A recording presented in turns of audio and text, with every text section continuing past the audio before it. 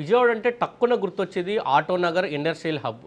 దాని తర్వాత Vijayawada bus stand. ఎందుకంటే ఆసియా ఖండంలోనే అతిపెద్ద ఇండస్ట్రియల్ హబ్‌గా ఆటోనగర్ ఉంటే, అతిపెద్ద బస్ స్టాండ్‌గా విజయవాడ బస్ స్టాండ్ నిలిచింది. కానీ ఇప్పుడు ఈ రెండిట్లు ప్రపంచ ఖ్యాతితో పాటు మరొక ఖ్యాతి రాబోతుంది. అదే చినుకు పడితే విజయవాడ తడిసి ముద్దవుతున్న పరిస్థితి. రోడ్లన్నీ కూడా జలమయమవుతున్న పరిస్థితి అయితే విజయవాడలో కనిపిస్తుందని చెప్పాలి. పక్కనే ప్రపంచ రాజధాని అమరావతి నిర్మిస్తున్నామంటూ ప్రభుత్వం చెబుతున్నప్పటికీ పక్కనున్న విజయవాడలో మాత్రం చినుకు పడితే చిత్తడిగా మారుతున్న పరిస్థితి కనిపిస్తుంది. దీనికి ప్రత్యామ్నాయం చూడాలంటూ అనేక మంది కోరుతున్నారు. ప్రజలు విజ్ఞప్తులు చేస్తున్నారు. ప్రతి చోట ఒక విజయవాడలో ఒక ప్రాంతం అని కాదు, అన్ని ప్రాంతాలలో చినుకు పడితే రోడ్లో వాటర్ అంతా కూడా నిలిచిపోయిన పరిస్థితి. బుడమేరు వచ్చిన తర్వాత దీని పరిస్థితి మరింత దయనీయంగా తయారైంది.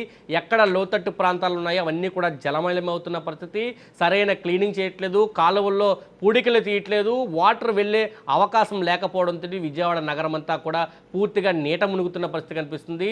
అనేక మంది ఇతర రాష్ట్రాల నుంచి, ఇతర ప్రదేశాల నుంచి పెద్ద ఎత్తున ఇటు ఆటోనగర్కి కానీ, ఇంద్రకీలాద్రికి కానీ పెద్ద ఎత్తున వస్తుంటారు. వాళ్ళంతా కూడా వర్షం పడితే పూర్తిగా వాటర్లోనే నడిచి తమ రోజువారీ జీవనాన్ని సాగించాల్సిన పరిస్థితి కనిపిస్తుంది. రోజు వీఐపీలు తాకిడి పెద్ద ఎత్తున విజయవాడలో ఉంటుంది. అటువంటి వీఐపీలు సైతం వర్షపు నీటిలోనే ప్రయాణం చేస్తున్నారు తప్ప దానికి ఒక చెక్ పెట్టాలని మాత్రం ఎవరు అనుకోవట్లేదు. మున్సిపల్ శాఖ మంత్రి నారాయణ హడావిడిగా 1-2 సార్లు చేసిన పరిస్థితి మాత్రం దయనీయంగానే తయారవుతుంది. దీనికి ఒక ఫుల్ స్టాప్ పెట్టాలి. విజయవాడ ప్రజల యొక్క కోరిక ఏదైతుందో దాన్ని నెరవేర్చాలంటూ అనేక ప్రజా సంఘాలకి ఇప్పటికే విజ్ఞప్తి చేశాయి. పెద్ద వర్షం పడితే బస్టాండ్ దగ్గర ఉన్న రైల్వే ట్రాక్ మొత్తం పూర్తిగా క్లోజ్ అవుతుంది, రాకపోకలన్నీ స్తంభిస్తాయి. కానీ అటువంటి ప్రదేశాలను కూడా ప్రభుత్వం పట్టించుకోవట్లేదు. మొగల్రాజపురంలో పట్టించుకోవట్లేదు. ఆటోనగర్ మొత్తం పారిశ్రామిక కేంద్రం అంతా కూడా మూతపడే పరిస్థితి.